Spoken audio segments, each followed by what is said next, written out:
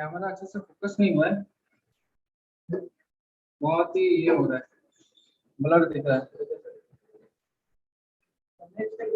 Pure juice है, no मिलावट और आइसोमेरिक। अभी आया था अच्छा, अभी नहीं, अभी और हाँ ये अच्छा है, दिस इज परफेक्ट। तो गुड मॉर्निंग एवरीवन, हरे कृष्णा। तो आप लोगों का स्वागत है आज के हमारे रासायनिक शास्त्र में, जिसका नाम है साधारण रसायन शास्त्र, ठीक है ना। साधारण रसायन शास्त्र है, जनरल ऑर्गेनिक केमिस्ट्री। जैसे हम बोलते हैं ना जनरल स्टोर, किराने की दुकान में सब कुछ मिलता है, तो वैसे ये जनरल ऑर्गेनिक केमिस्ट्री है, तो बहुत ही साधारण, सब कुछ मिलेगा। हरे कृष्णा। तो बच्चे मास्क नहीं लगाते, मास्क लगाओ।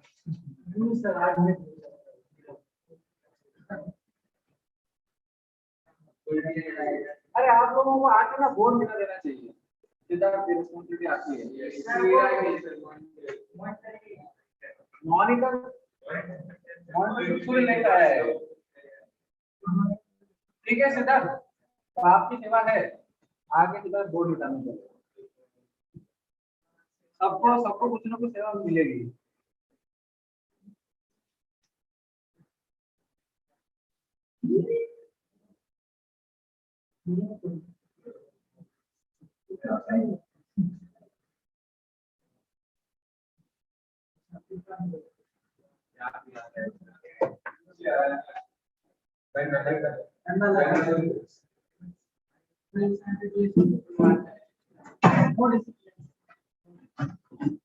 किधर है मार्कर?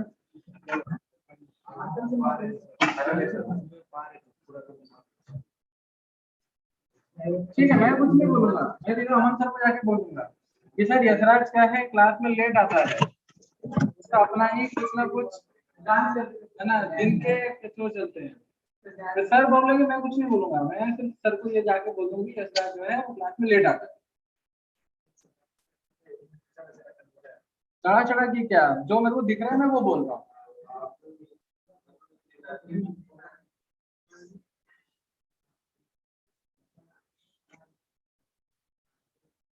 ओके, मार्कर मार्कर देखो।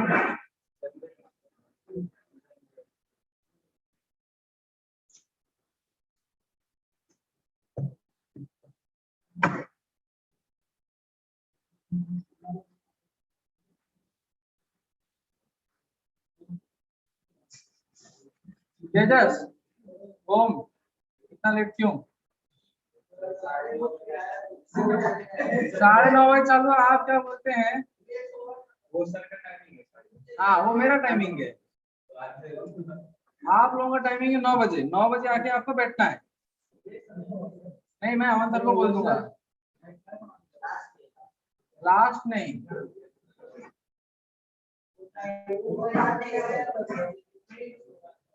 इसलिए तो अभी अमन सर की जब मार पड़ेगी तब पता चलेगा कि कितना सोना होता है, कितना उठना होता है। अरे आपका टीचर इधर 5-5 घंटे सोता है पूरे दिन में।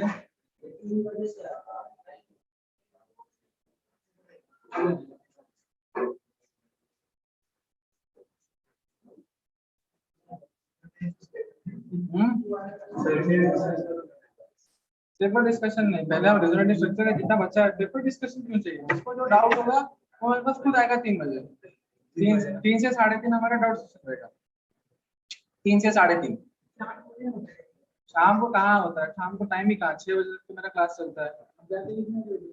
इधर से मैं जाता हूँ कभी 8:30 8 9। नहीं नहीं, वो शाम का टाइम मैं एकेडमी में हूँ, लेकिन एकेडमी में नहीं, वो ऐसा है। क्या हुआ? हाँ, उसी वही सब क्लासेस चलती रहती हैं। किनका? आपका? वो तो एडवांस वाले बच्चों का है ना। अच्छा, आज नहीं है। क्या हुआ? वही 3 से 3:30 ना। 2:30 मुझे वाइवा लेना रहता है। नहीं, आज तो मुझे अभी 2 से 3 बजे भी क्लास रख दिया गया। आधे लोग तो सब लोग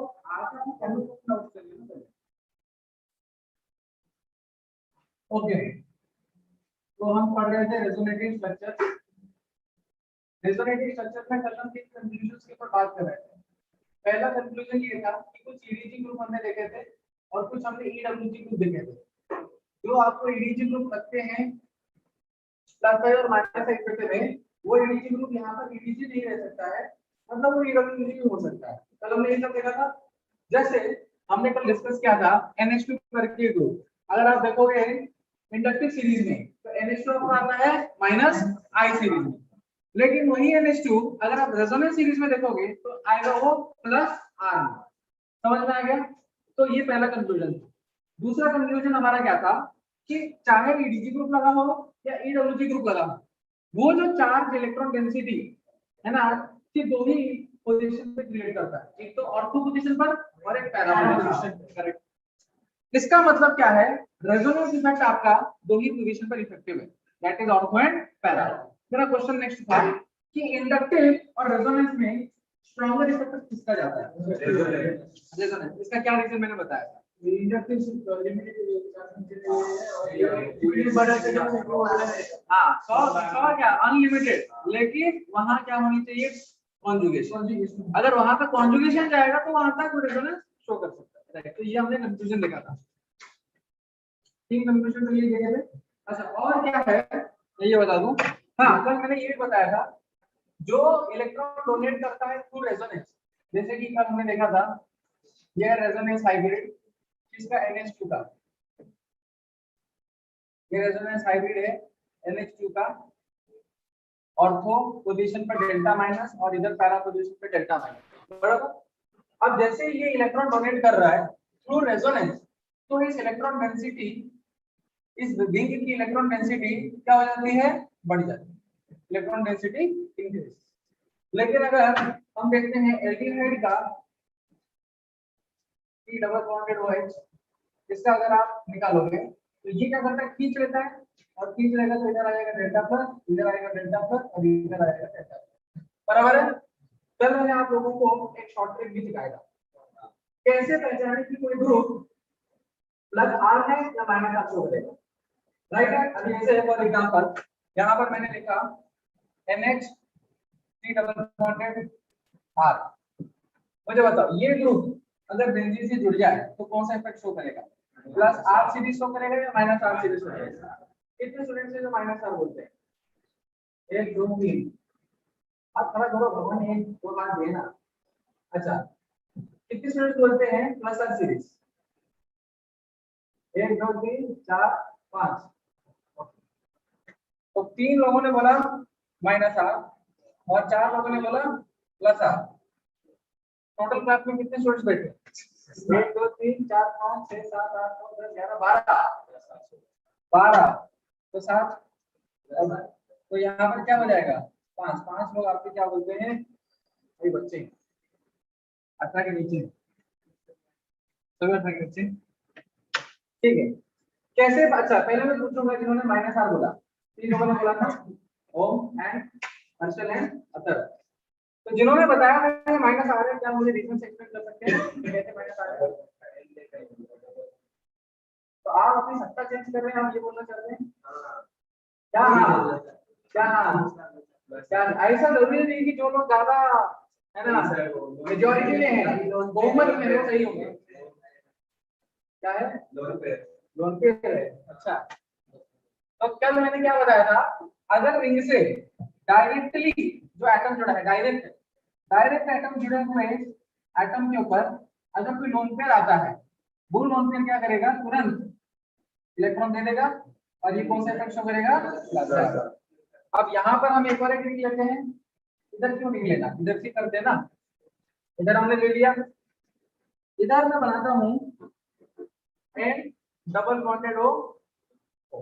अब बताओ ये जो ग्रुप इस रिंग से क्या करेगा? ये ग्रुप माइनस R शो करेगा या प्लस R दिखाएगा? Minus R। क्या मैंने ट्रिक बताई थी? ट्रिक क्या है? वो ट्रिक क्या है? शुभम बताएगा ट्रिक। ये मूर्त से तो निकालो। नहीं, ट्रिक बताओ, मुझे ट्रिक बताओ, आई वांट ट्रिक। किसको एकदम एग्जैक्ट तरीके से याद है, कभी देखा ही नहीं। रुको रुको शुभ, हाँ हाँ, लेकिन ट्रिक क्या थी, व्हाट इज द ट्रिक, वो मॉडल क्या था ट्रिक का?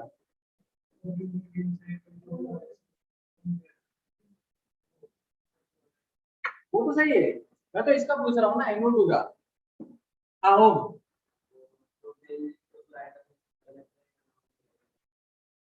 हाँ, तो स्पेसिफिकली बोलो क्या मिला था, मैंने बोला था अगर कोई रिंग, हाँ अगर कोई बेंजीन रिंग किसी ऐसे ग्रुप से जुड़ा है which is like X double bonded Y, कल मैंने ये बताया था which is like X double bonded Y, और उसमें भी Y की इलेक्ट्रोनेगेटिविटी X से ज्यादा है, तो वो ऊपर की तरफ इलेक्ट्रॉन खींच लेगा, और ऊपर की तरफ इलेक्ट्रॉन खींच लेगा बाय रेजोनेंस या इंडक्टिव, रेजोनेंस या इंडक्टिव, मतलब ये पूरा रिंग से कैसे इलेक्ट्रॉन खींच रहा है, इंडक्टिव नहीं, रेजोनेंस। तो अभी तक हम क्या पढ़ रहे हैं, यही क्लियर नहीं है कि यही क्लियर नहीं कि ये कैसे इलेक्ट्रॉन खींच रहा है, तो फिर क्या फायदा पड़ेगा, रेजोनेंस ना, रेजोनेंस से वो इलेक्ट्रॉन खींच ले रहा है, रेजोनेंस से इलेक्ट्रॉन खींच ले रहा है, तो इसका मतलब क्या है, ये माइनस है। समझ में आ रहा है लोगों को? कल हमने ये सब पढ़ाई क्या था, थोड़ा कॉन्सेप्ट में और क्लैरिटी करते हैं, कॉन्सेप्ट में और क्लैरिटी करते हैं। आप लोगों को इस तरीके से क्वेश्चन आया था जब आप एक्टिविटी क्वेश्चन सॉल्व कर रहे थे, ऐसे ही आपको क्वेश्चन आया है ना, इसलिए तो वो बात अभी आ गया है। अभी देखो, आपसे पूछा गया इन दोनों में से किसकी स्टेबिलिटी ज्यादा है, सुनो स्टेप बाय स्टेप चलेंगे। अभी अगर हम सिर्फ इंडक्टिव पढ़े हुए, अभी तक तो हमने रेजोनेंस पढ़ लिया ना, बस एप्लीकेशन में सीखा। अगर हमें सिर्फ इंडक्टिव पढ़ा होता हम क्या बोलते, देखो ये इंटरमीडिएट पहला स्टेप होता है, इंटरमीडिएट पता करो भाई कौन है, कार्बन आयन है कार्बोकेटायन है, कार्बोकेटायन।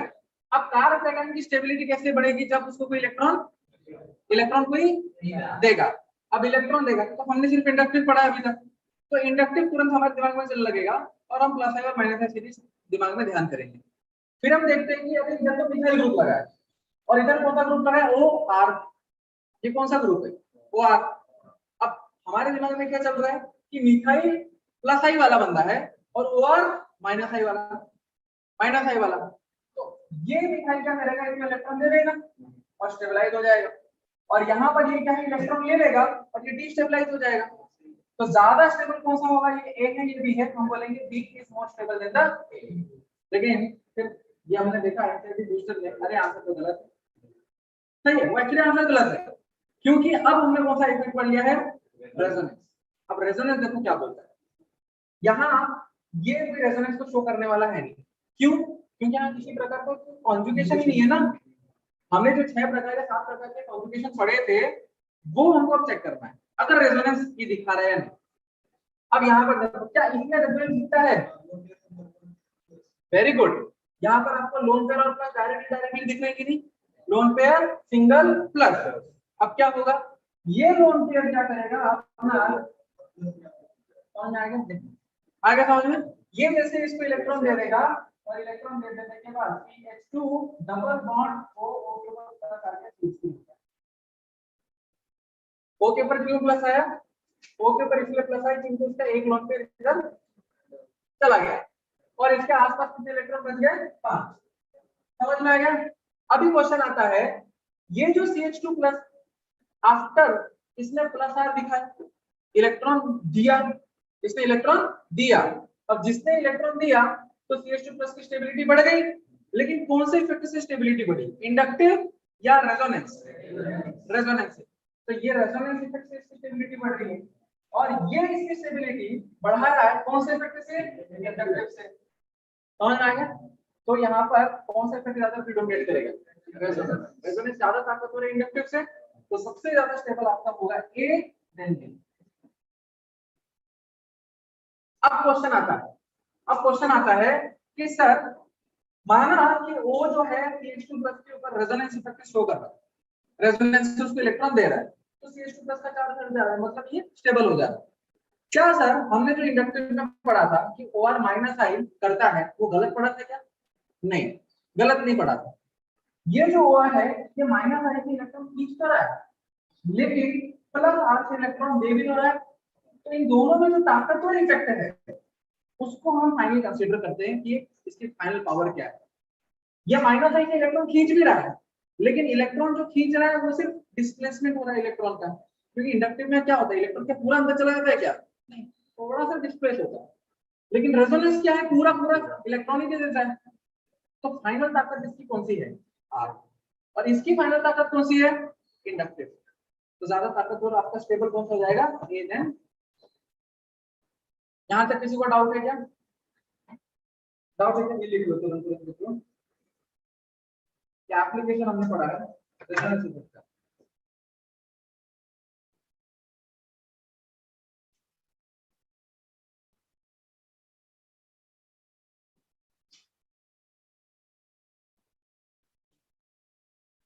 हाँ हम पूछ सकते हैं क्या? यस यस यस, आप पूछ सकते हैं।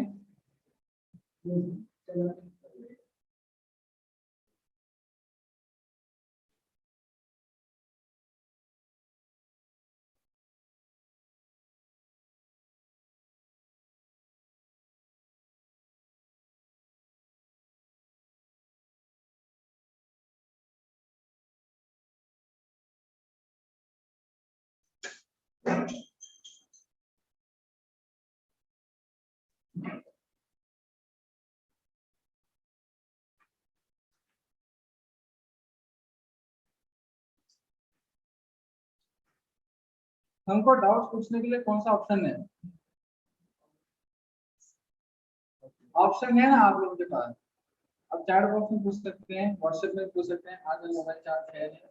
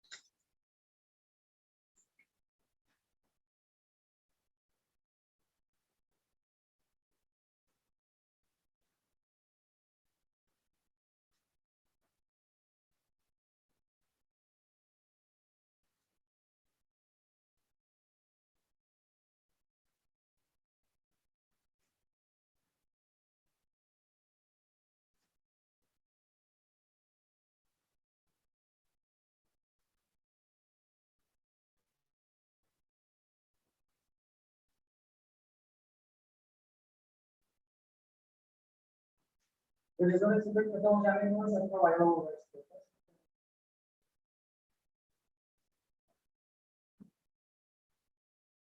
तो मैं फ्री कर रहा हूँ और जरा तुम्हारा है ना।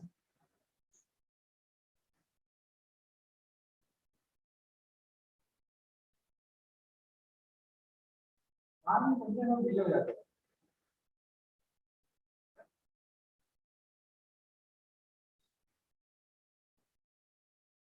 ओके चलो।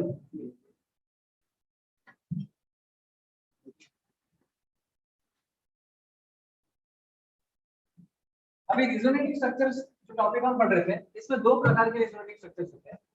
There are two types of resonating structure. एक होता है equivalent resonating structures, equivalent resonating structures, और एक होता है नॉन इक्विवेलेंट रिजोनेटिंग स्ट्रक्चर्स।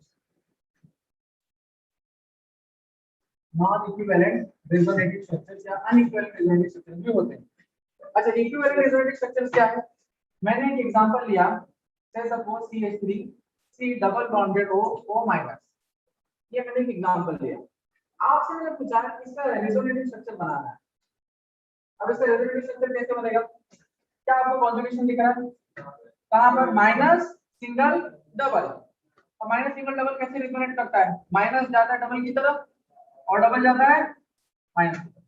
तो इसका रेजोनेटिंग स्ट्रक्चर क्या बनेगा? CH3 C O के ऊपर माइनस और डबल बॉन्ड हो जाएगा इधर। आराम से देखो, क्लियर है? Is this clear? अभी देखो, एक और एक स्ट्रक्चर है H2CO3 2 H2CO3 इसको बोलते हैं कार्बोनिक एसिड, जो हम कोका कोला, पेप्सी या फिर फिज पर पीते हैं। अब देखो तो उसके अंदर बबल्स आते हैं, तो बबल्स क्यों होते हैं? थोड़ा सिजलिंग इफेक्ट क्रिएट करने के लिए टंग के ऊपर। सही बात है ना? टंग को थोड़ा सा मजा आ जाए करके उसमें बबल्स आते हैं, that is called sizzling effect. तो ये कार्बोनिक एसिड डाला जाता है। अब ये कार्बोनेट आयन बनाता है, अगर मैं H2 को माइनस कर दूं तो क्या हो जाएगा? CO3 2 माइनस है। अभी कार्बोनेट आयन का स्ट्रक्चर कैसा होता है? कार्बोनेट आयन का स्ट्रक्चर होता है O माइनस माइनस। अब क्या आप इसका रेजोनेटिव स्ट्रक्चर बना सकते हैं क्या?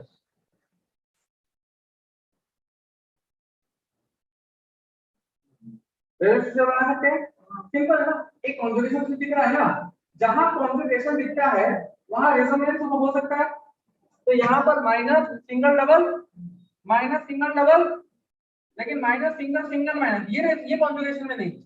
तो किसी एक से चालू करते हैं, तो माइनस गया डबल और डबल गया माइनस, कौन आ रहा? माइनस बना डबल, डबल बना माइनस, और ये के ऊपर माइनस ऐसे लगा, सी इधर बन गया ओ माइनस और इधर बन गया 2।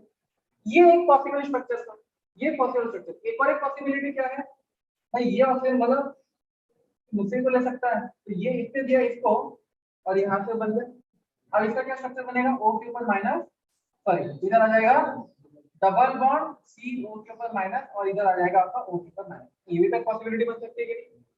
तो यहाँ पर आप देखो क्या मैं बताना चाहता हूँ, ये स्ट्रक्चर और ये स्ट्रक्चर हूबहू एक जैसे दिखते हैं, समझ आया ना? ये स्ट्रक्चर और ये स्ट्रक्चर हूबहू एक जैसे दिखते हैं, जस्ट ऐसे लगा कि बस पलटा ही तो है हमने, बाकी स्ट्रक्चर तो पूरा हूबहू एक जैसा ही है। अब ये स्ट्रक्चर ये स्ट्रक्चर ये स्ट्रक्चर भी हूबहू दिखते हैं, एकदम सेम, लेकिन है एक्चुअली ये तीनों अलग अलग, लेकिन दिखते कैसे हैं? सेम। ऐसे स्ट्रक्चर्स को बोलते हैं इक्विवेलेंट रेजोनेटिंग स्ट्रक्चर्स। किसको? हाँ, दोनों को इक्विवेलेंट रेजोनेटिंग स्ट्रक्चर, इधर इन तीनों को इक्विवेलेंट रेजोनेटिंग स्ट्रक्चर बोला है। जैसे ओजोन मॉलिक्यूल का अगर आप स्ट्रक्चर देखोगे कैसा दिखता है? वो डबल बॉन्डेड सिंगल बॉन्डेड हो, वो सिंगल बॉन्डेड डबल बॉन्डेड हो, these are two equivalent resonating structures.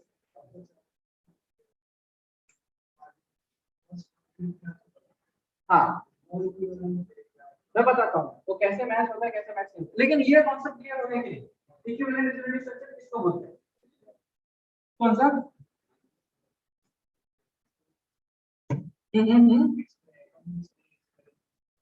इसमें हाँ, इसमें कॉन्जुगेशन नहीं है ना, कॉन्जुगेशन होता तो रेजोनेंस दिखा देता, जहां कॉन्जुगेशन वहां रेजोनेंस। रुको अभी लिखो मत, अभी लिखो मत, अभी मैंने समझाया नहीं पूरा। अभी देखो ये हो गया इक्विवेलेंट। अभी नॉन इक्विवेलेंट क्या है? तो जो हम पढ़ रहे थे नॉन इक्विवेलेंट में, ये हमें लिया बेंजीन और बेंजीन से लगा दिया सपोज OH लगा दिया फिनॉल, इसका रेजोनेटिव स्ट्रक्चर बनाते हैं। ये लोन पेयर सिंगल डबल है, लोन पेयर बनेगा डबल, डबल बनेगा लोन पेयर। इसका दूसरा रेजोनेटिव स्ट्रक्चर कैसे दिखेगा? इधर आएगा माइनस, इधर बन गया डबल, इधर बन गया प्लस, इधर आएगा x डबल सिंगल। फिर इसका रेजोनेटिव स्ट्रक्चर कैसा बनेगा? माइनस सिंगल डबल, माइनस बनेगा डबल, डबल बनेगा माइनस। इधर आपका रेजोनेटिव स्ट्रक्चर बनेगा इधर माइनस, इधर double, double double O plus x।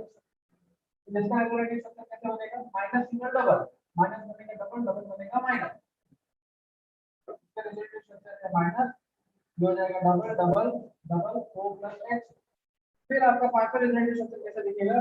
Minus single double, minus जाएगा डबल, माइनस बनेगा डबल, लेकिन डबल किसके ऊपर जा रहा है? प्लस के ऊपर जा रहा है, तो माइनस नहीं बनेगा, लोन कर देगा। तो इसका पांचवा रेजोनेटिव स्ट्रक्चर बन रहा है लाइक दिस, ये बनकर O के ऊपर जाकर बदल हो जाएगा।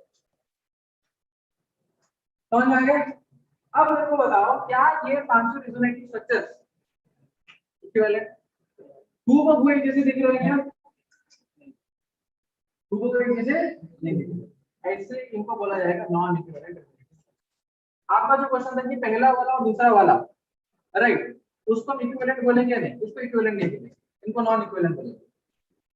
ठीक है, तो यहाँ पर आपको बोला जाएगा नॉन इक्विवेलेंट रेजोनेटिव स्ट्रक्चर्स, और इसके कितने हैं? 5 नॉन इक्विवेलेंट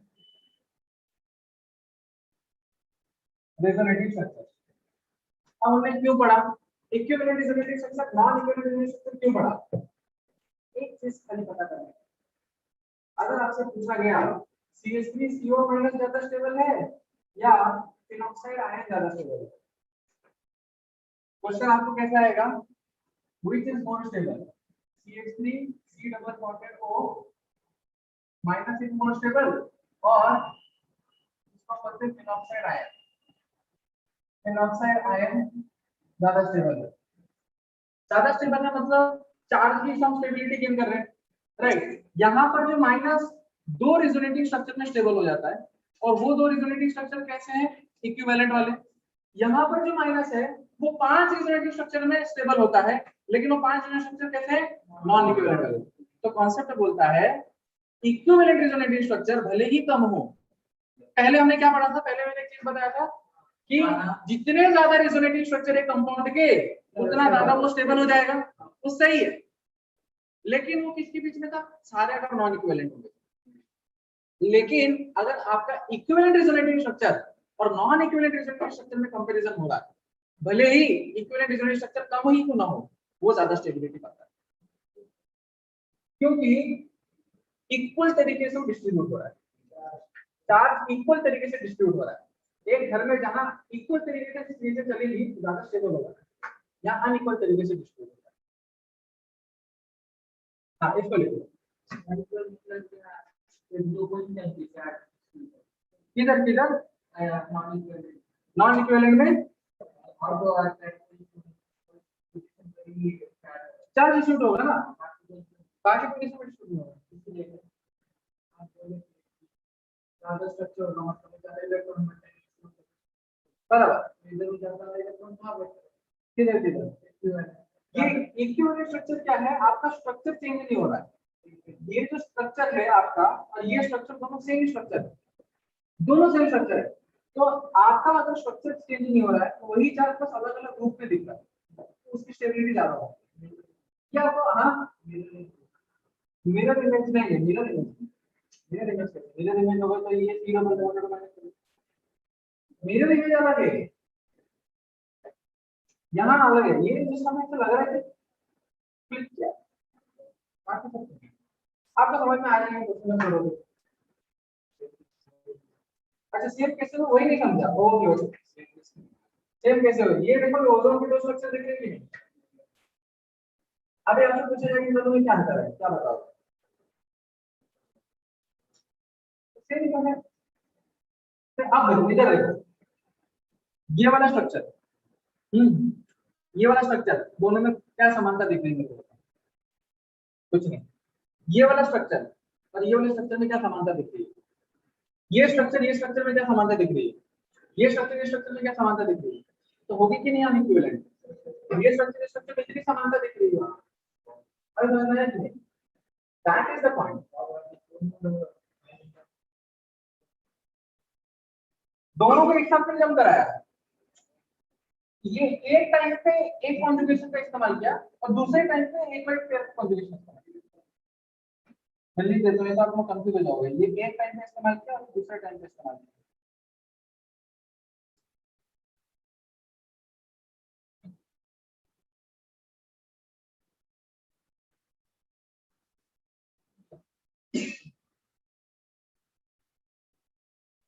ईडीजी सिर्फ प्लस आर के लिए है ना, यस यस यस समृद्धि, ईडीजी सिर्फ और सिर्फ प्लस आर के लिए ही रहेगा।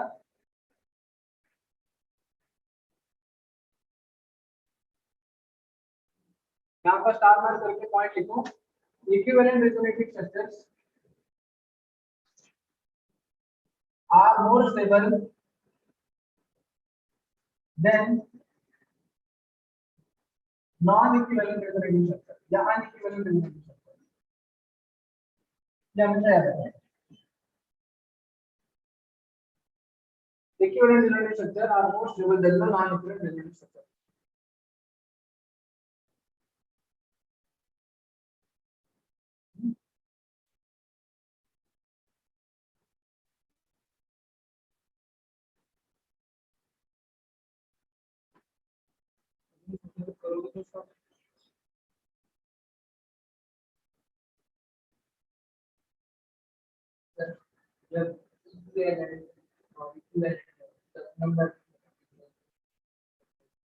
इक्विवेलेंट और इक्विवेलेंट। हाँ हाँ, नॉन इक्विवेलेंट नॉन इक्विवेलेंट का कंपटीशन हो रहा है तो नंबर देखो, इक्विवेलेंट का कंपटीशन हो रहा है तो नंबर देखो। लेकिन अगर इक्विवेलेंट नॉन इक्विवेलेंट कंपटीशन हो रहा है तो हमेशा देखो कि इक्विवेलेंट ज्यादा सही। सिंपल है ना, वेरी सिंपल। अगर नॉन इक्विवेलेंट है तो सिर्फ देखो ज्यादा ज्यादा सही है। लेकिन अगर किसी स्ट्रक्चर का इक्विवेलेंट है तो किसी स्ट्रक्चर का नॉन इक्विवेलेंट है, ज्यादा से ऑटोमेटिकली काउंट करने की जरूरत है। एग्जांपल मिलेंगे वो फर्स्ट वाले में सिर्फ दो ही स्ट्रक्चर, सेकंड वाले में तीन स्ट्रक्चर। हां कौन लक्ष्य पर तो तीन वाला शुरू से मैं आपको बता दिया। हां अरे भाई कैटेगरी अगर सेम होगी तो फिर नंबर देखोगे ना, कैटेगरी ही अलग अलग है तो आप इक्विवेलेंट वाले को बोलोगे। हां इसलिए नंबर अभी हमने फिनॉल बना दिया, अभी कोई एक और एक स्ट्रक्चर लेते हैं लेकिन उसके भी नॉन इक्विवेलेंट यूनिट स्ट्रक्चर बन रहा है, तो सपोज से 3 बन रहे हैं, इसमें नॉन इक्विवेलेंट में कितने बन रहे हैं 5, तो ज्यादा स्टेबल कौन होगा 8। अभी समझ में आएगा नहीं इधर भी रूल नहीं है, इधर देखने का पहले कि इक्विवेलेंट देखिए अगर दोनों इक्विवेलेंट एक ही बात में नंबर। हां बस अब उसी मेथोडोलॉजी से देखते हैं आएगा, अभी क्वेश्चन में आएगा ना सब पता चलेगा। ओके यहाँ पे सभी लोगों का क्लियर हो गया है, मैं दिखाता हूँ आगे बढ़ते हैं।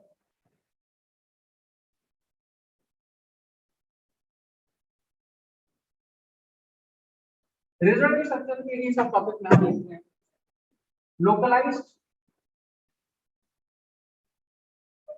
Localised electron pair, sorry localised lone pair, और एक होता है डी लोकलाइज्ड लोन पेयर। ये लोकलाइज्ड का मतलब क्या होता है, एक जगह पर रहना। डी लोकलाइज्ड का मतलब क्या होता है, अलग अलग जगह पर रहना। अब यहाँ पर आप लोगों से ऐसा क्वेश्चन आता है,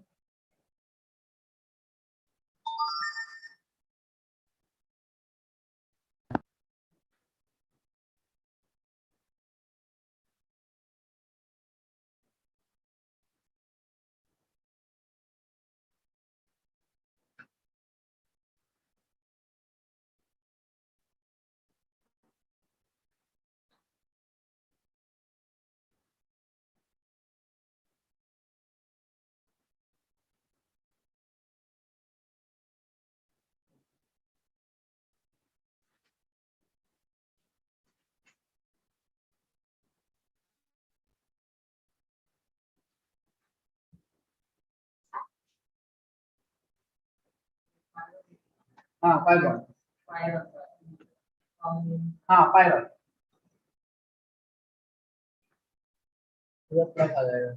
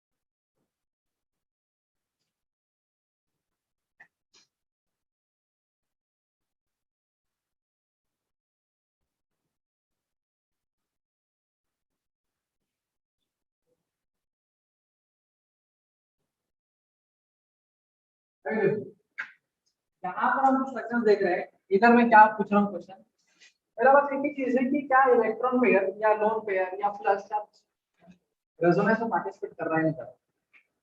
रेजोनेंस में पार्टिसिपेट करने का मतलब क्या होता है, कॉन्जुगेशन में पार्टिसिपेट कर रहा है, मतलब कॉन्जुगेशन का अगर हिस्सा है तो इसका मतलब रेजोनेंस में पार्टिसिपेट कर रहा है। सही बात। अब मेरा क्वेश्चन देखो यहाँ पे क्या है, इस वाले एग्जांपल में देखो माइनस सिंगल डबल, ये कॉन्जुगेशन का एक हिस्सा है, इसका मतलब ये डीलोकलाइज हो जाएगा, मतलब ये लोन पेयर घूमते घूमते घूमते घूमते फिर से वही आया। अब देखो इसको हम क्या बोलेंगे, ये लोन पेयर को क्या बोलेंगे, this is delocalised lone pair. सही बात है। अब यहाँ पर ये लोन पेयर देखो, अब देखो सुनो तो क्या है ये टॉपिक में, देखो लोन पेयर है, सिंगल है, डबल है, कॉन्ट्रीब्यूशन तो बोल सकते हैं, है ना। Loan pair single double. अभी क्या होगा लोन पेयर सिंगल डबल, ये इस तरफ जाएगा और ये इस तरफ चला जाएगा। सही बात है। अगर ये ऐसा हो गया तो यहाँ पर क्या हो जाएगा, इधर बन जाएगा डबल बॉन्ड, ये लोन पेयर चला गया, इधर बन जाएगा डबल बॉन्ड, और डबल बॉन्ड के बाद इधर आ जाएगा माइनस। राइट है, सही बात है ना। अभी नाइट्रोजन का चार चार बॉन्ड बन गया तो तुरंत कौन सा जाएगा, प्लस चार्ज। इस नाइट्रोजन का हाइब्रिडाइजेशन कितना है, sp, sp हाइब्रिडाइजेशन। अभी अगर sp हाइब्रिडाइजेशन है तो इसका स्ट्रक्चर क्या है, मैं सुनो तो सही, चार बॉन्ड बना भी लिया सही, मैं पूछ रहा हूँ what is the shape of sp hybridised orbital, क्या है, सबको वैसे ही बैठ जाएगा मेरे यहाँ सीधा। अब ये सीधा है मतलब ये बॉन्ड एकदम से सीधा हो जाना चाहिए, तो बॉन्ड टूट जाएगा। हाँ हाँ हाँ, ये लिख के दिया था ना। हाँ ये मैंने कॉन्सेप्ट बताया था उस टाइम पे, इसलिए मैंने रिपीट किया। अब जो नया कॉन्सेप्ट मैं यहाँ सिखा रहा हूँ वो देखो कि कैसे आपको पहचानना है क्यों ये लोन पेयर लोकलाइज नहीं है और डी लोकलाइज नहीं है। नहीं कौन सा, अब वो लिखा है ना आप लोगों ने ऑलरेडी, नहीं लिखा था, ठीक है आप देख लेना। अभी देखो ये नया कॉन्सेप्ट है, ये नाइट्रोजन का इस स्टेट में हाइब्रिडाइजेशन क्या है, इस स्टेट में इसका हाइब्रिडाइजेशन क्या है, sp क्या है, sp2 है। ये एक सिग्मा बॉन्ड दिखता है, ये एक सिग्मा बॉन्ड दिखता है, और इसके लोन पेयर को भी हम कंसीडर करेंगे एज ए सिग्मा बॉन्ड। तो तीन सिग्मा बॉन्ड हो गए, तीन सिग्मा बॉन्ड हो गया तो इसका हाइब्रिडाइजेशन हो गया इसका sp2, और इसका स्ट्रक्चर क्या हो गया, स्ट्रक्चर क्या हो गया, प्लानर हो गया। अब जैसे देखो, अब यहाँ पर स्ट्रक्चर अगर प्लानर हो जैसे 3D डायग्राम बनाता हूं,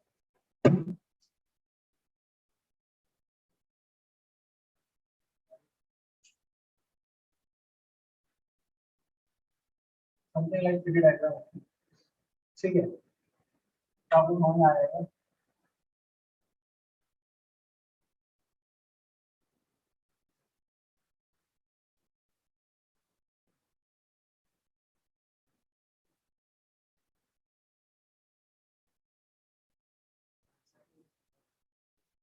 ठीक है, थोड़ा 3D टाइप का लग रहा है, लेकिन ये 3D शेप। अभी यहाँ पर देखो क्या है, ये डबल, ये डबल है, और ये है डबल बॉन्ड, ये है नाइट्रोजन इस पॉइंट पे लगा है। ये नाइट्रोजन का हाइब्रिडेशन हमने देख लिया है कि sp2 है, कौन सा हाइब्रिडेशन है, sp2। अब मेरा क्वेश्चन है, ये जो लोन पेयर है, ये लोन पेयर को हमने कंसीडर किया था ऐसे सिग्मा, इसको सिग्मा हमने कंसीडर किया था तभी तो तीन बॉन्ड बनता है, तो तीन बॉन्ड बनता है करके हम बोल रहे हैं कि sp2 आया। इसका मतलब sp2 मतलब कितने हाइब्रिडाइज्ड ऑर्बिटल है, sp2 टोटल हाइब्रिडाइज्ड ऑर्बिटल कितने होंगे, तीन। ये एक होगा sp2 ऑर्बिटल, ये एक होगा sp2 ऑर्बिटल, और ये तीसरा ऑर्बिटल होगा sp2 ऑर्बिटल। डायग्राम दिख रहा है, 120 डिग्री पर ही रहे हैं। अब ये जो लोन पेयर है, ये जो लोन पेयर है, ये आपका किसी एक इस वाले sp2 ऑर्बिटल नहीं होगा, समझ में आएगा, इज दिस क्लियर। अब देखो क्या मैं क्यों बता रहा हूँ, इतना मेहनत क्यों कर रहा हूँ, ये यहाँ पर लोन पेयर है, ये पाई बॉन्ड है, ये कार्बन कार्बन पाई बॉन्ड है, इस कार्बन का हाइब्रिडाइजेशन बदल क्या है, sp2 है, क्योंकि यहाँ पर एक हाइड्रोजन आएगा, और ये हाइड्रोजन अगर हम 3D शेप में बनाए इसी तरीके से एक हाइड्रोजन ऐसे दिखेगा, इसी 3D शेप में हाइड्रोजन ऐसे दिखेगा। इन कार्बन कार्बन के बीच में पाई बॉन्ड आता है, और पाई बॉन्ड आता है इस प्लेन के परपेंडिकुलर, इस प्लेन के परपेंडिकुलर में एक अनहाइब्रिडाइज्ड p ऑर्बिटल होगा कि नहीं होगा, और वो खाली भी होगा, बराबर ना। खाली होगा मतलब sp2 sp2 ही है, और वो पाई ऑर्बिटल जो है इस तरीके से बन गया। खाली मतलब क्या, वो ऑलरेडी पेयर्ड है, तभी तो पाई बॉन्ड बना ना, राइट। इस पाई बॉन्ड को मैं यहाँ दिखाता हूँ, ये पेयर्ड है ऑलरेडी, बीच में ऐसे पाई बॉन्ड बना, उसी पाई बॉन्ड को मैंने इस तरीके से बनाया। खाली नहीं है ना, पेयर्ड है ना, मैंने बोला पेयर्ड है। क्या हुआ, अभी सुनो, अगर अभी क्वेश्चन ये था कि क्या ये लोन पेयर कॉन्जुगेशन में है या नहीं, ये क्वेश्चन था ना। हमने क्या बोला था, लोन पेयर सिंगल डबल, अरे वाह दिख तो रहा है लोन पेयर सिंगल डबल, चलो कॉन्जुगेट कर देते हैं। नहीं, क्या क्या सुनो, हाँ तो अभी ये क्या है, रेजोनेंस, ये लोन पेयर सिंगल डबल है, लेकिन जब हम इसके 3D डायग्राम देखते हैं, 3D डायग्राम को ये पता चलता है रेजोनेंस मतलब क्या, इलेक्ट्रॉन एक ऑर्बिटल से कूद के दूसरे ऑर्बिटल में जाता है। मैंने आपको जब कॉन्जुगेशन सिखा रहा था वैसे ही सिखाया था ना, एक ऑर्बिटल की ऑर्बिटल से कूद के दूसरे की ऑर्बिटल में गया, दूसरे की ऑर्बिटल से कूद के तीसरी की ऑर्बिटल में गया, और वो तीनों के तीनों जो पी ऑर्बिटल थे वो एक्चुअली एक दूसरे के पैरेलल थे। समझ आया? अगर इस इलेक्ट्रॉन को इस डबल बॉन्ड के साथ कॉन्जुगेशन में अगर है तो ये कूदेगा, लेकिन कूदने के लिए इसके पैरेलल में ऑर्बिटल किधर है,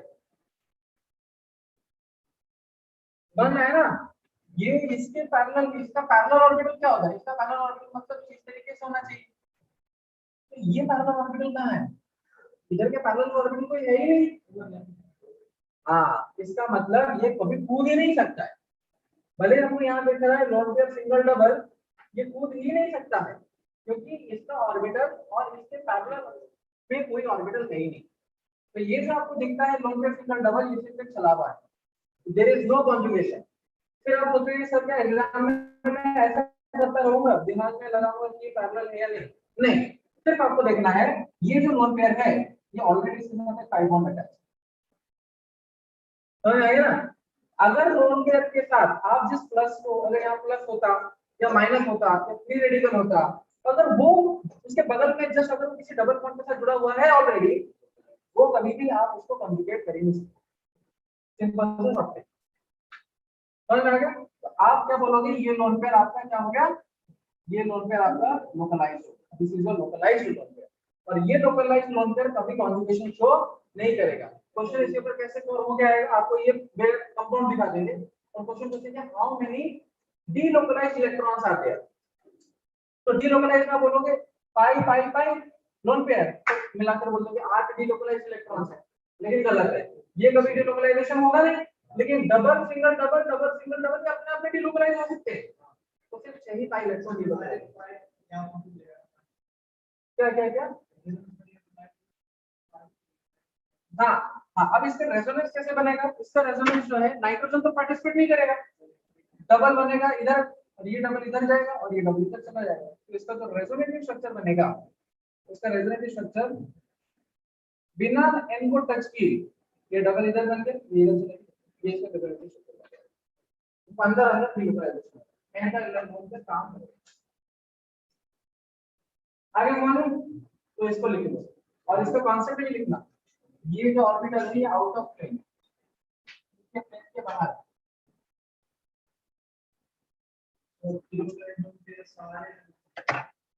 हाँ लोकलाइज वर्जन कभी रेजोनेंस नहीं होता, इनके केस में नहीं, कोई भी अगर एटम या लोन पेयर, हाँ इसमें तो मैंने एग्जांपल लिया है ना,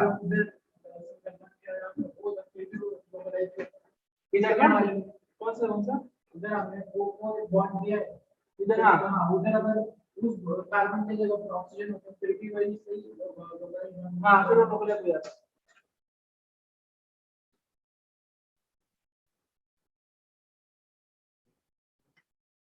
डेफिनेशन, डेफिनेशन वगैरह तो नहीं है, लेकिन अगर स्टेटमेंट में लिखना चाहते हो तो बस एक शॉर्ट ट्रिक का स्टेटमेंट लिखो, शॉर्ट ट्रिक का स्टेटमेंट लिखो, इफ शॉर्ट ट्रिक का स्टेटमेंट, हाँ वही कॉन्सेप्ट का डायग्राम ड्रॉ करो, if lone pair plus charge minus charge free radical are directly attached, are directly attached with a pi bond, अगर वो डायरेक्टली pi bond से अटैच है like this, then these intermediates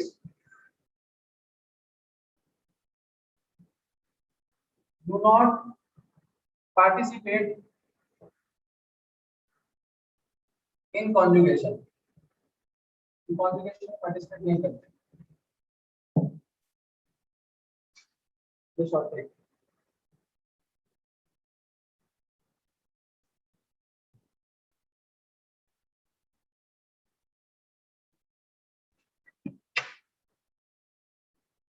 Sir, every equivalent non equivalent से ज्यादा stable होगा क्या? हाँ, हर equivalent आपका नॉन इक्विवेलेंट से ज्यादा स्टेबल है.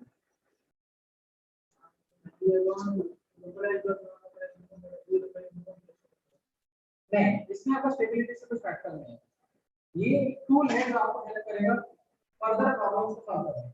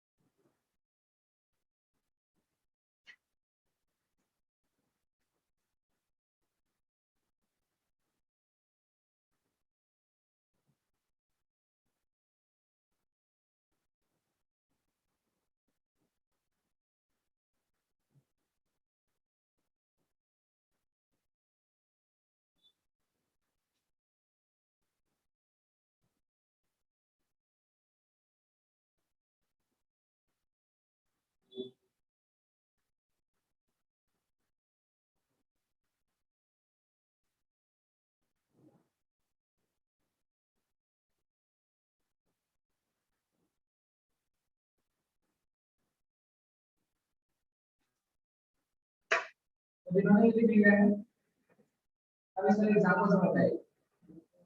हाँ, अब बताओ ये जो लोन पेयर है ये लोकलाइज है या डीलोकलाइज है? क्या कॉन्जुगेशन पार्टिसिपेट करेगा या नहीं करेगा? करेगा, क्योंकि ये lone pair single double double single double double single loan pair, और ये लोन पेयर किसी ने डबल लोन से डायरेक्ट जुड़ा नहीं, तो बोलेंगे भाई आराम से आपका डी लोकलाइज. हाँ, ये प्लस क्या है? प्लस प्लस सिंगल डबल, ये लोकलाइज है. काफी सिंपल हो गया है. अरे शॉर्ट ट्रिक से आपका बन जाएगा, लेकिन इसके लिए कॉन्सेप्ट आपको होल्ड में आना चाहिए. अभी फिर आप देखो कितने सारे एग्जाम प्रॉब्लम्स यहाँ पर बनाए गए, मैं उसको बोर्ड पे लिखता हूँ. ये सभी लोगों ने छापते हैं यार, लिख लो फटाफट लिख लो, फिर प्रॉब्लम को सॉल्व करने. हाँ देखा भगवान ने चाहा स्टेबिलिटी और रिलेटिव सब कुछ खत्म कर देंगे. इसका जो टाइप्स ऑफ रेजोनेंस और रेजोनेंस का ऑलरेडी थोड़ा ले चुका हूँ, तो एप्लीकेशन पढ़ लेंगे. एप्लीकेशन पढ़ लिया तो क्लास में, तो फिर हमारा नहीं, फिर ऑटो इफेक्ट बाकी है. ऑटो इफेक्ट में एसआई इफेक्ट बाकी है, फिर इफेक्ट ऑफ एसआई सिर्फ इफेक्ट बाकी है. तो एरोमेटिसिटी तो बहुत सारा है, तो इतने खत्म नहीं होगा. मुझे लगा था एप्लीकेशन में खत्म हो जाएगा.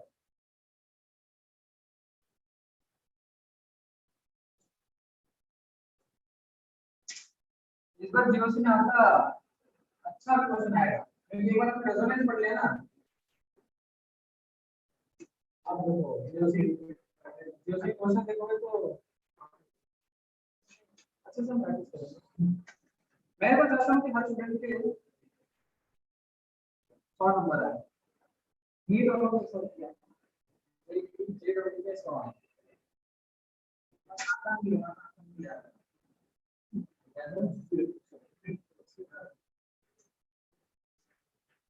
ओके, करें क्वेश्चन.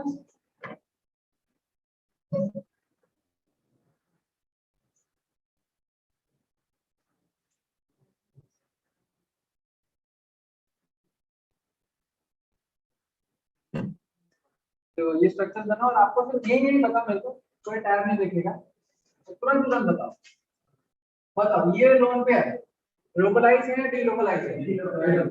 लोकलाइज या डीलोकलाइज? दूसरा, ये फ्री रेडिकल लोकलाइज है या डीलोकलाइज? डीलोकलाइज। वाह, इतना फटाफट फटाफट आंसर तो दे, रुको तो सही।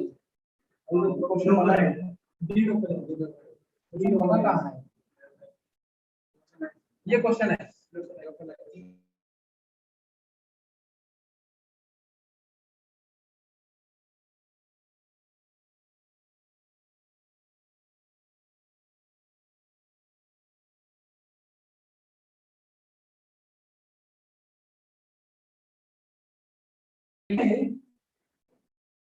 Five electrons are there inside resonance. ये दो, दो चार, दो छह, आठ ना? ये कॉन्जुगेशन में है, ये कॉन्जुगेशन में है, ये कॉन्जुगेशन में है, ये भी कॉन्जुगेशन में है, तो कितने हो गए? Okay next. तो ये कंपाउंड का फाइंड क्या है? नहीं कंपाउंड का थोड़ा फाइंड आउट कर रहे हैं हम, इलेक्ट्रॉन पेयर का पोजीशन पता करने को भाई लोकलाइज हो सकता है नहीं हो सकता, वही बता रहे। ये डीलोकलाइज है क्योंकि कॉन्फ़िगरेशन है ना, लोन पेयर सिंगल डबल। हाँ नहीं ऐसा गवर्नमेंट नहीं क्या बोलते, हाँ अगर आप लोकलाइज करना चाहते हो तो वो डायरेक्टली बेसिक स्ट्रक्चर में चला जाएगा, लेकिन ऐसा जरूरी नहीं जो बेसिक स्ट्रक्चर के अंदर है तो वो लोकलाइज ही होगा। जैसे हाँ डबल और उसके साथ, हाँ इसके साथ डबल कौन सा है? डबल नहीं है ना, लोन पे सिंगल डबल। अच्छा नेक्स्ट देखो, अच्छा ये बताओ ये बताओ ये वाला, ये लोकलाइज है डीलोकलाइज है? लोकलाइज है डीलोकलाइज? कॉन्जुगेशन ही नहीं है ना, लोन पेयर सिंगल में कहाँ है? कहीं यही मिली तो दोस्तों लोकलाइज मतलब डीलोकलाइज है करने का तरीका ये लोकलाइज। अच्छा ये लोन पेयर लोकलाइज है delocalise? Lone pair single double, ये हो गया आपका सिंगल। जो कॉन्जुगेशन शो करेगा वो डीलोकलाइज, वही तो हम कर रहे हैं और क्या कर रहे हैं, ठीक है ये लोकलाइज है डीलोकलाइज। अच्छा तीसरा, इतने बड़े बड़े स्ट्रक्चर्स की देखते हैं ये छोटा स्ट्रक्चर हो पाता है कि नहीं? ये लोकलाइज लोकलाइज है लोकलाइज डायरेक्ट कांटेक्ट में ना, क्या हो जाएगा? लास्ट जंबो क्वेश्चन, पटाखा फोड़ो पटाखा फोड़ फोड़ के, ये सब ऑनलाइन होता है, ऑनलाइन ये सब ऑनलाइन होता है। अभी 11 वाले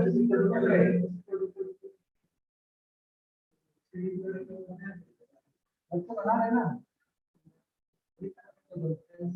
हाँ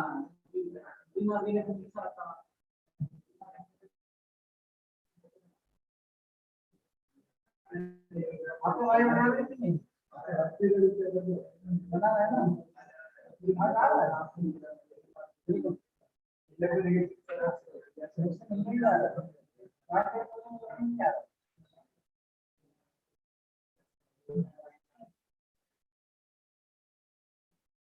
चलिए क्वेश्चन, ये कंपाउंड का नाम मुझे नहीं पता, तो ये कंपाउंड काफी ज्यादा पॉपुलर है।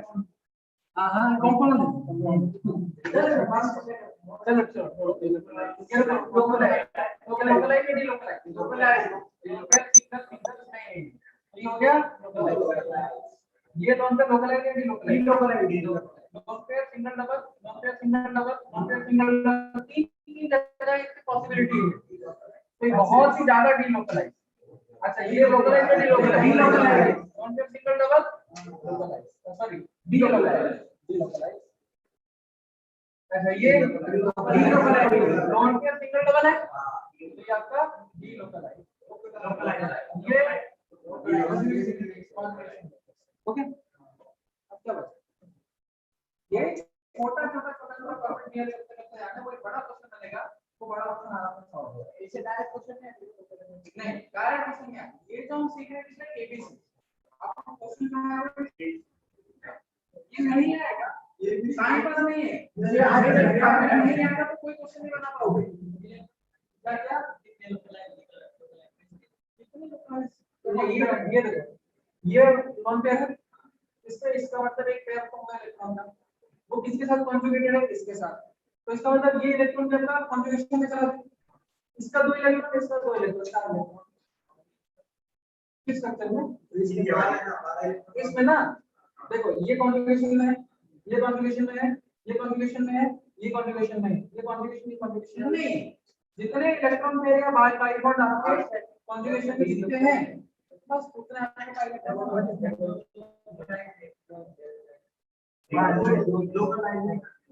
लोकलाइज आपका कॉन्जुगेशन दिखाता ही नहीं ना, तो कॉन्जुगेशन ही दिखाएगा। हां बस ऐसा। अभी जैसे इस क्वेश्चन में अगर आपको पूछा गया कितने इलेक्ट्रॉन आपको ये मिलते हैं, डी लोकलाइज हो जाते हैं या रेजोनेंस में चले जाते हैं, दो, ये क्या पार्टिसिपेट नहीं करेगा, करेगा ना सॉरी, ये हाँ ये लोकलाइज नहीं करेगा, दो ये करेगा, ये करेगा, ये करेगा, 6 हो गया, 7 8 9 10 11 12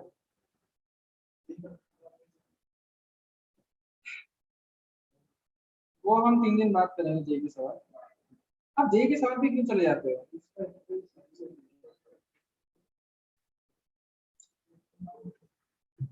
चलो बेटा दो ये अभी हम पढ़ते हैं सबसे important topic, that is called stability of resonative structures.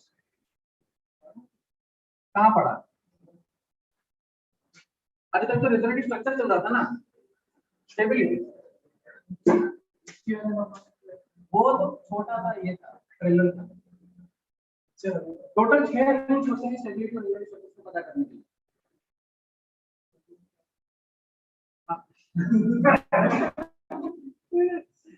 ये देखो स्टेबिलिटी रेजोनेटिव स्ट्रक्चर, आपको रूल याद रखना है N P O E D C. ये मैंने बहुत ही सिंपल तरीके से इसको बना दिया है, N P O E D C.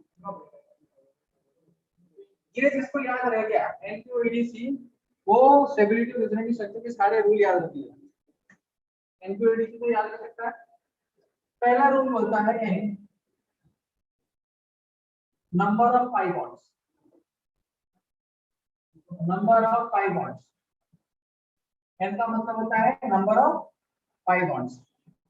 Number of pi bonds का मतलब क्या है, इसमें तो पाई बॉन्ड्स ज्यादा हो सकता है, छोटा दूसरा पी,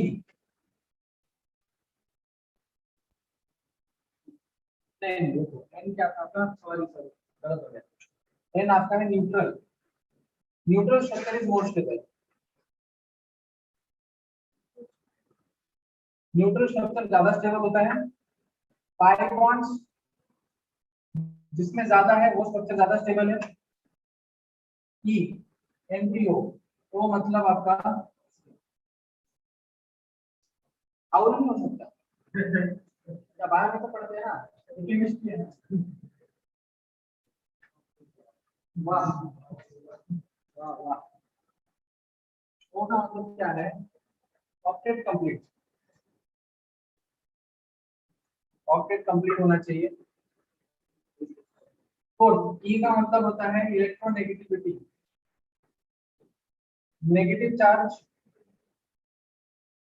और more electronegative atom is more stable and positive charge on less electronegative atom is more stable.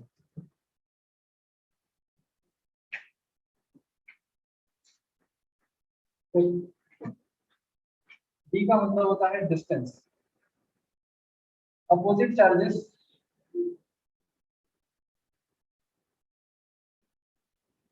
Minus plus, opposite charges near to each other, more stable,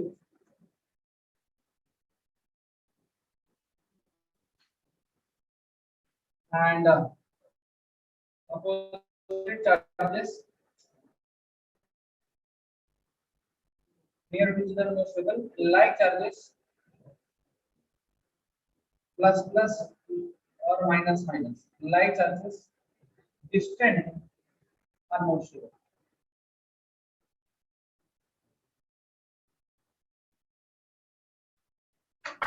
तीसरा होता है इलेक्ट्रोनेगेटिविटी,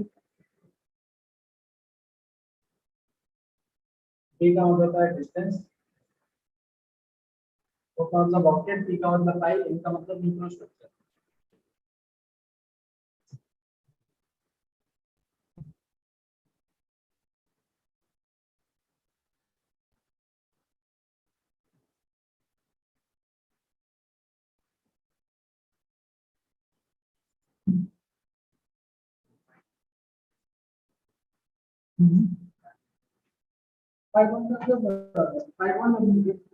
पाई वन ज्यादा होगा तो स्टेबिलिटी ज्यादा। मैं बताता हूँ,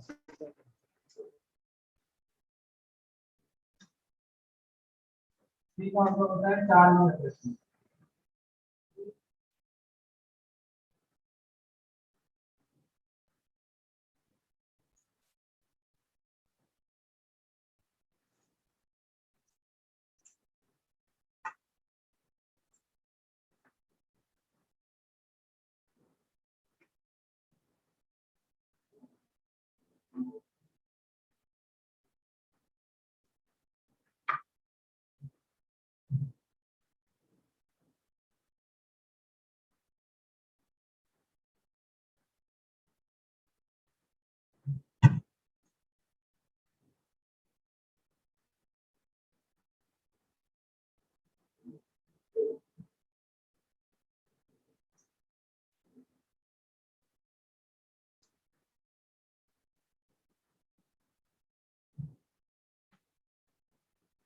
तो हम लोग लिखो, लिखने के बाद हम एक एक रूल को समझेंगे।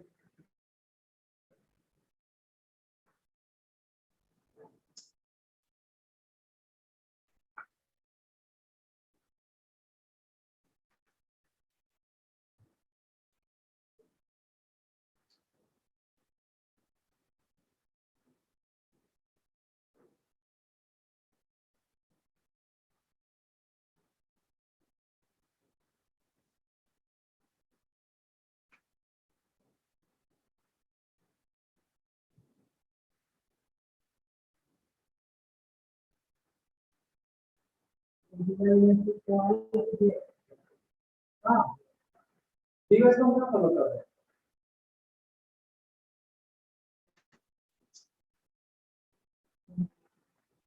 डीवाई को तो मैंने सिर्फ रेफर करने के लिए बोला है, डीएस को फॉलो करने के लिए ना बोला है। फॉलो करना वो मुझे करना है। क्या वो वाला है, लेकिन उससे ज्यादा स्ट्रॉन्ग टेक्निक्स में करना है।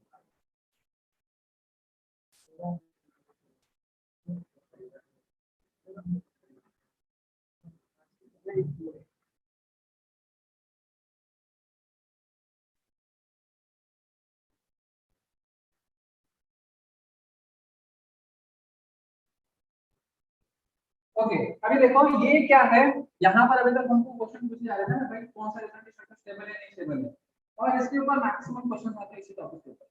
लेकिन सबसे आसान टॉपिक है, अगर आप इस रूल को इस तरीके से याद रखना कि हम रूल को स्टेप बाय स्टेप जाएंगे। क्वेश्चन कैसा आएगा, दो रेजोनेंस स्ट्रक्चर आपको दिख रहे हैं, दो रेजोनेंस स्ट्रक्चर। क्या किया हमने, लोन पेयर सिंगल डबल दिखा, लोन पेयर को इधर लेके आ गए और इधर डबल इधर लेके चले गए, इधर ओके पर माइनस आ गया, डबल बॉन्ड बन गया, ओके पर प्लस आ गया। तो ये दोनों एक दूसरे के रेजोनेंस स्ट्रक्चर हैं, लेकिन क्वेश्चन ये है क्या ये दोनों की रेजोनेंस स्ट्रक्चर की स्टेबिलिटी सेम होगी क्या? नहीं, कोई जरूरी नहीं है। तो वो कैसे पता करें किसके रेजोनेंस स्ट्रक्चर की स्टेबिलिटी ज्यादा है? तो हमको ये रूल्स स्टेप बाय स्टेप करना पड़ेगा। स्टेप बाय स्टेप का मतलब है पहले ये रूल चेक करेंगे, ये रूल फेल कर गया तो फिर ये फेल कर गया, ये ऐसे करते वन बाय वन चलेंगे। कोई रूल को कॉन्टिन्यूअसली यूज नहीं करेगा, बीच में नहीं उठाना, भले ही वो रूल्स को सेटिस्फाई करेगा, लेकिन अगर उसने पिछले रूल को सेटिस्फाई नहीं किया, ये भी पहले डी फिर एन ऑफ एकदम है। अब यहां पर दो स्ट्रक्चर से एक स्ट्रक्चर है, एक स्ट्रक्चर बी। पहला रूल क्या बोलता है, कोई अगर आपका रेजोनेटिव स्ट्रक्चर न्यूट्रल है, जैसे हम बेंजीन का एनालिन का बनाते थे ना स्ट्रक्चर, कोई अगर रेजोनेटिव स्ट्रक्चर न्यूट्रल है, कोई चार्ज नहीं है, तो सबसे ज्यादा स्टेबल। समझ में आएगा? ए और बी में आप देखो कौन सा न्यूट्रल है, सबसे ज्यादा स्टेबल कौन सा होगा? ए। तो हम बोलेंगे इस केस में A is more stable than the B. लिखो इसको फटाफट, ये क्वेश्चन को पहला रूल समझने के लिए काम में आएगा। दूसरा रूल,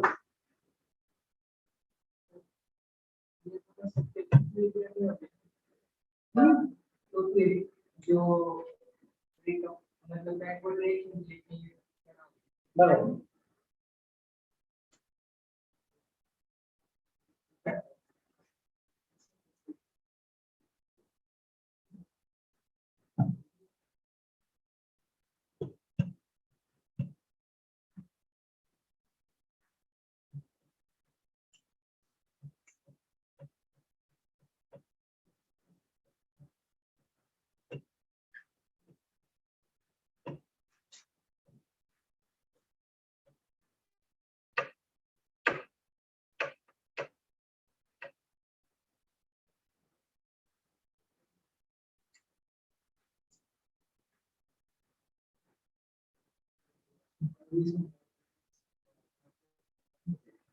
बराबर कौन से ब्रैकेट? तो एक चीज ना, ब्रैकेट हो सकता है, प्लस हो सकता है, माइनस हो सकता है, फ्री रेडिकल हो सकता है, जरूरी थोड़ा है कि ब्रैकेट भी हो।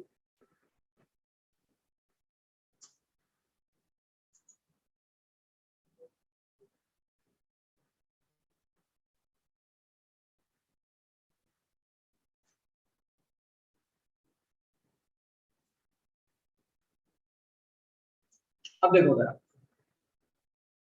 ये हमारा दूसरा केस है, सीडी लेते हैं, सीडी।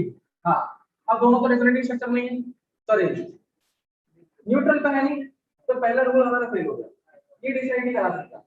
दूसरे रूल में हम क्या बोलते हैं, पाई बॉन्ड जिसमें ज्यादा है उसकी स्टेबिलिटी ज्यादा। सही बात है ना? तो यहाँ पर आपका पाई बॉन्ड है एक, इधर पाई बॉन्ड है पाजी, बताओ दो। तो यहाँ पर क्या होगा, D is more stable than the C. समझ आएगा ना?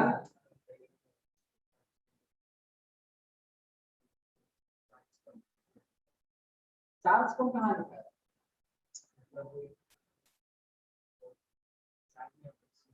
हाँ, न्यूट्रल न्यूट्रल। ये तो ऐसे ऐसे चल रहा है ना, ये आपका एक पेयर हो गया।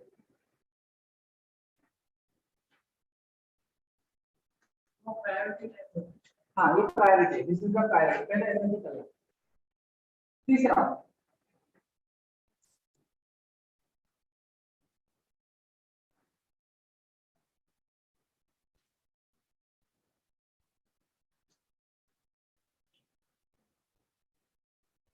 तीसरा देखो,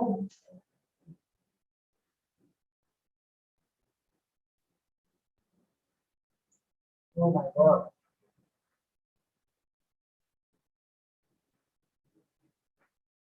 इसमें क्या है, ये जो मैं एग्जांपल दे रहा हूँ, एग्जांपल में आपका दोनों से सेटिस्फाई होता है, इसमें एग्जांपल समझने के लिए अभी देखो, अगर आपको ये तो जल्दी से सकता है ई और एफ, कौन सा स्टेबल होगा? ई, क्योंकि न्यूट्रल है, राइट। लेकिन मैं ये एग्जांपल इसको समझाने के लिए दे रहा हूँ, ये मैं एग्जांपल आपको दे रहा हूँ तीसरे वाले को समझाने के लिए। वो हो गया, अरे बाबू हो गया, वो एक्चुअली क्या है, खाली आपका ऐसा कोई एग्जांपल नहीं होता है कि जो सिर्फ इसी से सेटिस्फाई होगा, ऐसा भी हो सकता है कि ऑलरेडी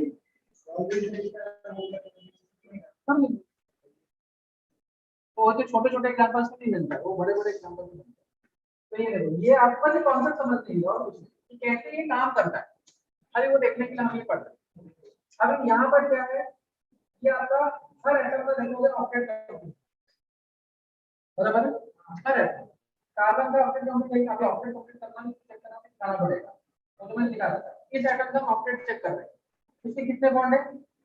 हां 4 मल्टीप्लाइड बाय 2 8, 8 इलेक्ट्रॉन है, ऑक्टेट कंप्लीट है। इस कार्बन का कितना बॉन्ड है?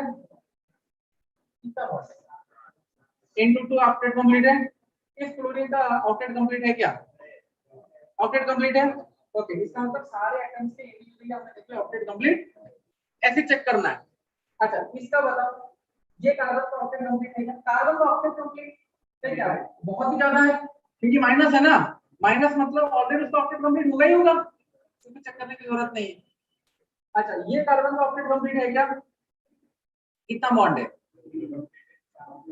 4 है ना, 1 2 3 4। अच्छा, ये क्लोरीन का ऑक्टेट कंप्लीट है क्या? हाँ, ये क्लोरीन का ऑक्टेट कंप्लीट है। ये आपका क्या बोलते हैं, प्लस क्यों लगाया? क्योंकि ऑक्टेट कंप्लीट होने से प्लस नहीं लगाते, वैलेंस इलेक्ट्रॉन अगर कम होते तो प्लस लगता है। क्या हुआ? दोनों की स्टेबल है ना? क्या हुआ? क्या हुआ? दोनों का ऑक्टेट कंप्लीट क्या क्या किसका किसका ऑक्टेट कंप्लीट होगा?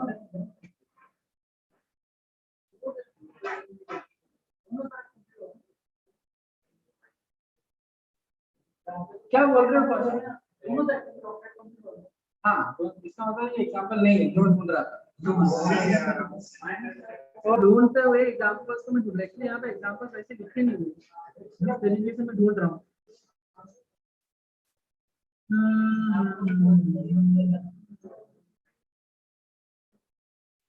ठीक है, छोड़ो, इसका डायरेक्टली हम क्वेश्चन करेंगे ना, क्वेश्चन करने में काम आ जाएगा।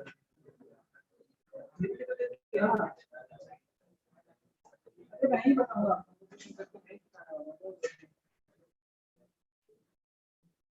तो बैठो, एग्जांपल लेने में क्या करूंगा?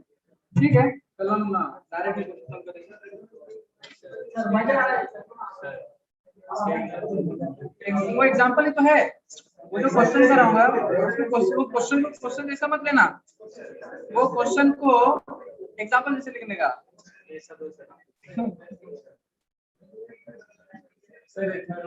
हाँ, रेजोनेटिंग इफेक्ट और रेजोनेटिंग कौन सा वाला? ठीक ठीक का समझाता हूँ, ठीक है। कल मैं कुछ एग्जांपल्स लिख के लेके आता हूँ, प्रिपेयर करता हूँ।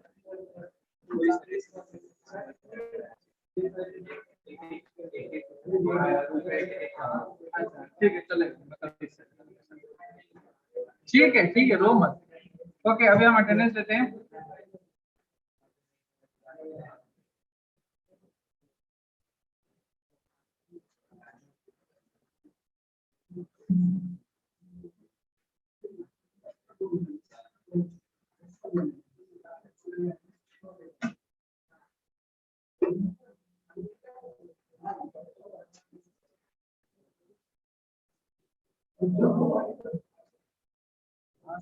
क्लास है रे बाबा।